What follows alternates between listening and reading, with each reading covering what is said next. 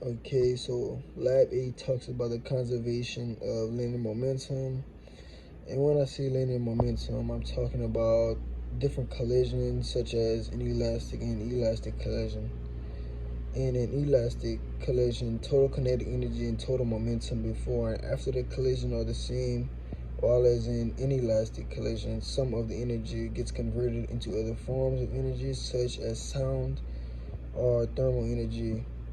And those are just two of the energies that it can be converted to.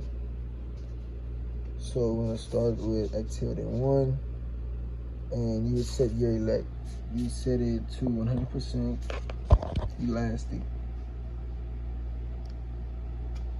Okay, and then it shows that you would have to put the mass would be 2 for each of them, and the only thing that would be different is your velocities. The velocity for the first ball would be 2, as in the other one it would be 0. So you go 2, and then you go 0 here, and click restart.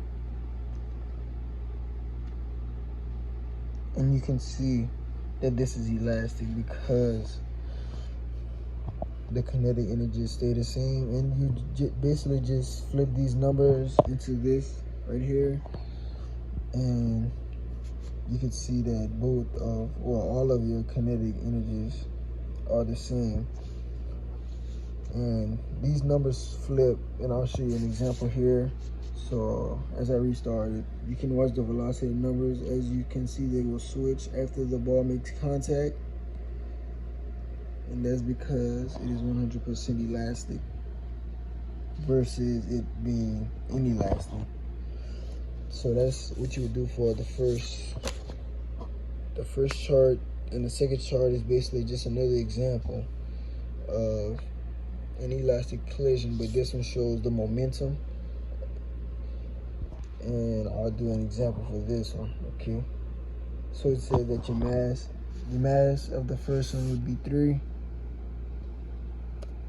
and the mass of the second would be 2, while the velocity would be 2 and 0.5. Okay, so I'll put it here, and then you would just click play, and as you can see, at the beginning this one moves a little slower than this one, but as they make contact, this one moves faster as this one moves a little slower, as you can see.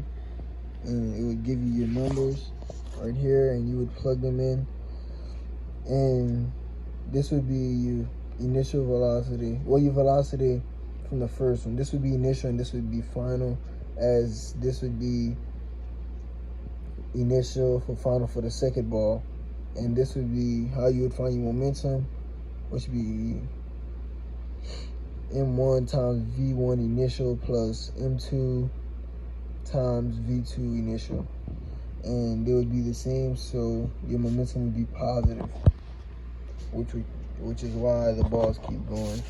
And I'll replay this one more time.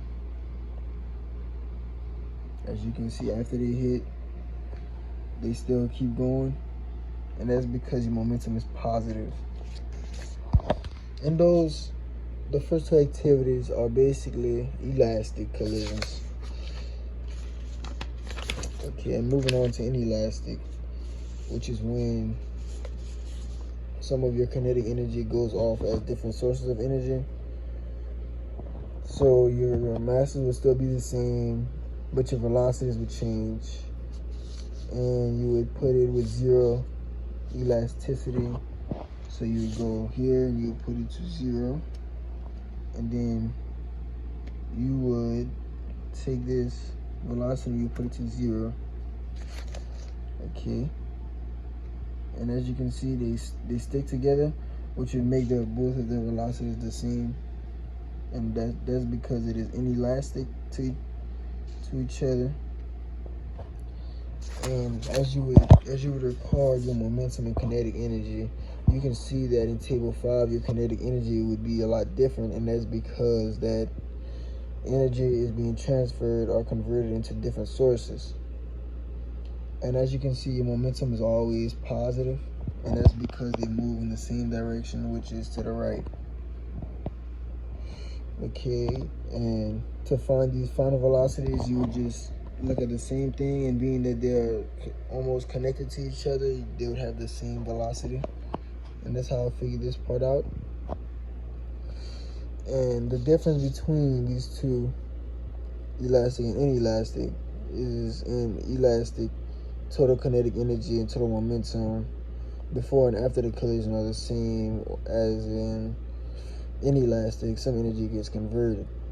And to conclude this lab, you can see in tables 1, 2, and 3 that the kinetic energies are the same throughout the whole experiment, with the same velocities and same velocity for both of them. And then you can look at table 4 and 5, well, you can really look at table 5, and you can see that the kinetic energies are not the same. So that would tell you that it would be inelastic.